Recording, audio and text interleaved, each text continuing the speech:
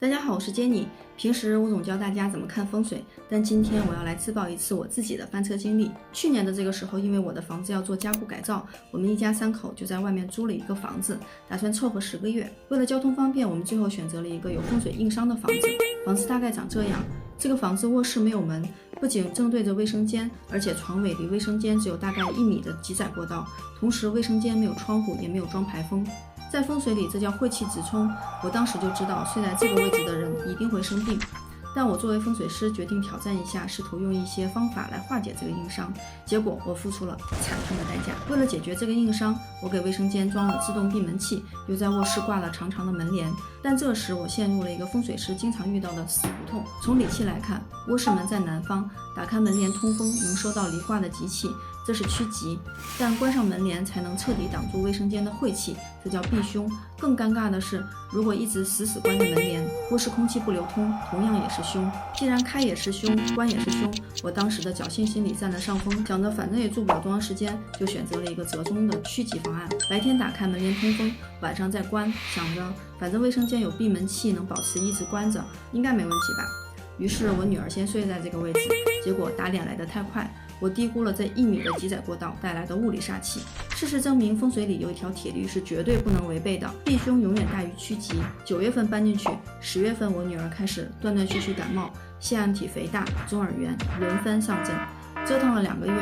我实在看不下去了，我说不行，这个位置并没有完全避掉凶煞，小孩扛不住，我来睡。换了位置后，加上吃中药，女儿的病慢慢好了，日子就这样平静地过到了第2年的6月。眼看7月初我们就要搬回自己家了，胜利在望。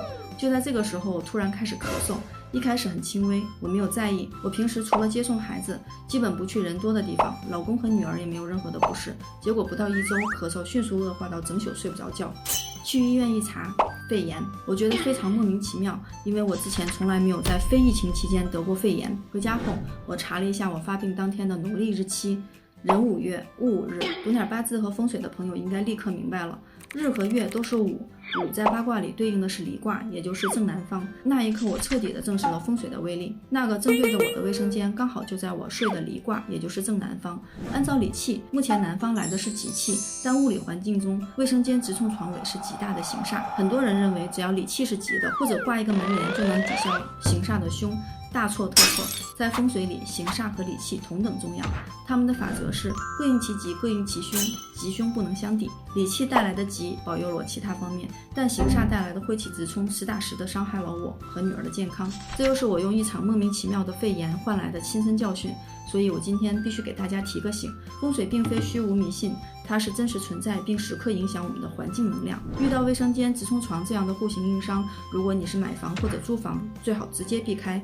如果已经住进去了，最好的办法就是彻底的物理改造，比如把门改个方向或者加隔断。如果要挂门帘的话，就千万不要像我一样经常拉开门帘，一定要保持隔离。如果遇到像我这种不论关上还是打开门帘都是凶的情况，就赶紧搬走，不要抱有任何侥幸心理。我是 Jenny， 一个用亲身经历验证风水规律的风水师。如果你正在看户型拿不定主意，可以评论区留言，我们下期卫生间风水见。